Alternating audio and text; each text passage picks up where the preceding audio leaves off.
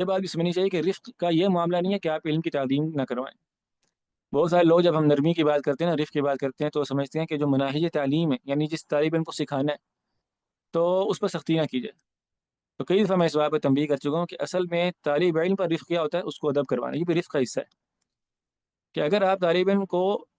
اس کے ساتھ یہ سختی نہیں کی جائے گی، اس کو یہ آداب نہیں سکھائے جائیں گے، تو اس پر زیادتی ہے یہ کہ وہ علم حاصل کرنا چھوڑ دے گا، یا وہ ایسے علم حاصل کرے گا کہ اس کو فائدہ نہیں ہوگا، تو معاشرے کے لیے مفید نہیں ہوگا۔ ٹھیک ہے، تو رفق کے اندر کیا بات شامل ہے؟ رفق کے اندر یہ بات شامل ہے کہ تادیب کی جیسا،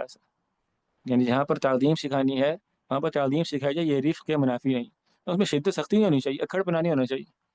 ٹھیک ہے، تعلیم کا ادب سکھانے کا یہ مطلب تو نہیں ہے کہ ڈنڈے مار کے ادب سکھایا جائے، کیا خیال؟ رسول اللہ صلی اللہ علیہ وسلم سے پوری زندگی میں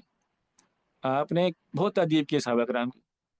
یعنی آپ دیکھیں ہمیں حدیث میں ملتا ہے کہ آپ کا چہرہ غصے سے سرخ ہو گیا، آپ نے کسی سے بات کرنا ترک، اپنی گھر والیوں سے بات کرنا چھوڑ دیا آپ نے، اپنی یعنی ازواج مطہرات سے، اور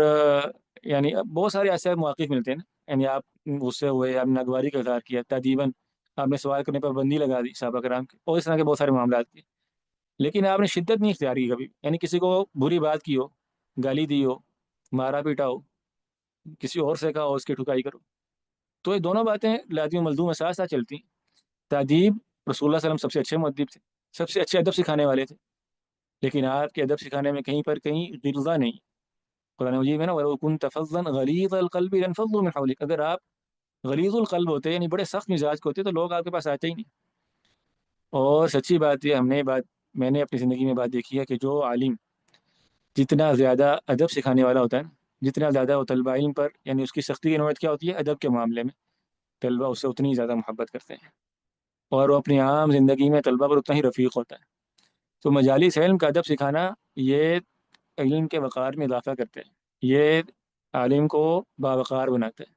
اور اس کی عزت اور محبت میں اضافہ کرتے ہیں۔ تو بہرحال یعنی یہ میں نے اس لیے وضاحت کر دی کہ کہیں کسی کے ذہن میں یہ بات نہ آئے، یہ اشکال نہ آئے کہ جو رفق ہے یہ تعلیم کے کوئی منافی چیز ہے، تو منافی چیز نہیں ہوتی۔